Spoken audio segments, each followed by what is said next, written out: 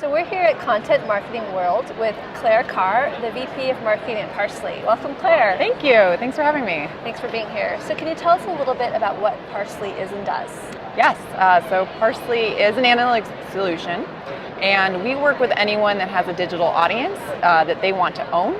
We help them understand that audience, engage with them, and we empower them to not be afraid of data and use that data in a way that, brings people back to them, builds loyalty, builds trust, and hopefully builds an audience that's going to last them forever. So what are some of the obstacles that marketers face when trying to understand data? Well, marketers are faced with a lot of data itself, so the obstacle is the data sometimes. Yeah. It's finding the data that matters. It's potentially being very focused on, I think, ROI as opposed to building that audience, which is something that I think content marketers are a little bit more comfortable with than maybe traditional marketers. And telling that story to their organizations.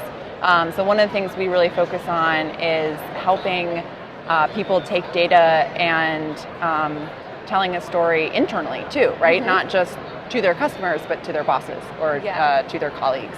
And then marketers can say, this is working, and you should believe in us, and we can tell a story, and we have data to prove it.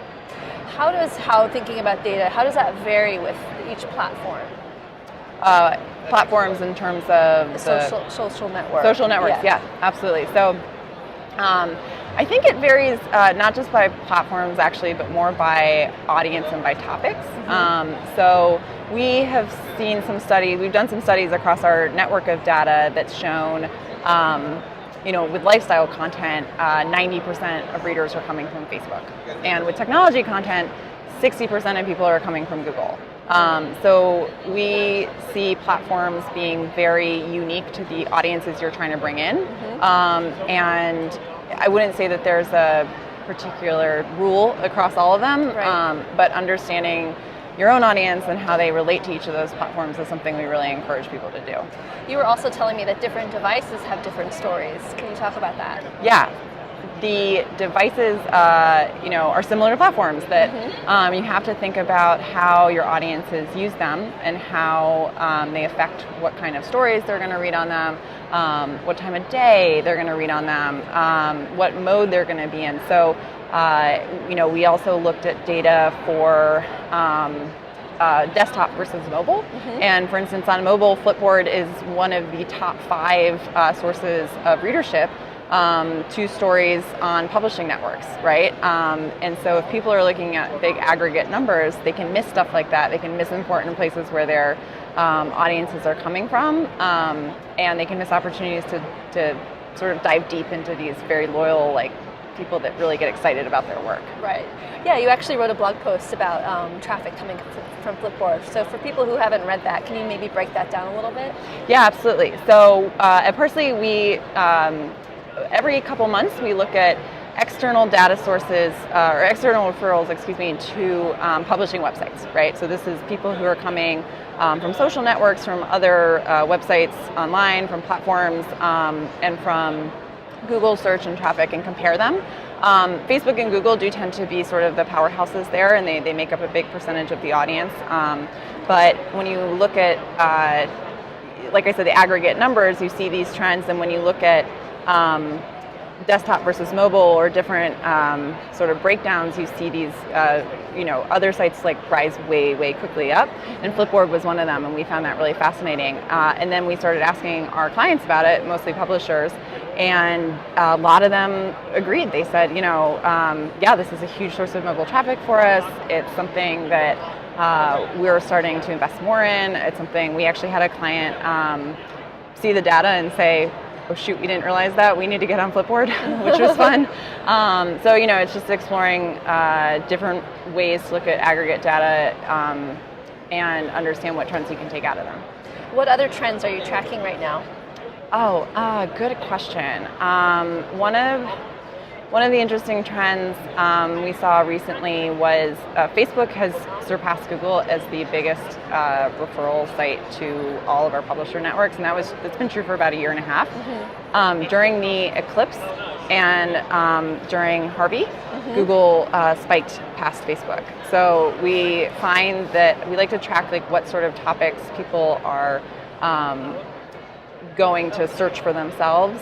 We actually saw a similar thing around the Charlottesville events. So we track sort of what motivates people to find news content and content in general, and how people can use that information to inform and make their own content. Yeah, that's how does breaking news sort of impact the analytics that you see? Yeah, breaking news is really interesting. So we both focus on real time and historical, and real time tends to be very different. You know, people sort of search really quick. They need the information right away, and you see this spike of people going to search for information, particularly when it's a breaking news story that lasts a little bit. I would say Harvey sort of falls into that category, right? Yes, it's breaking news, but it also happened over a number of days. Right. So people knew to go search for it. Right. Whereas we see these sort of long tail evergreen, which is something I think marketers have a huge advantage of, right?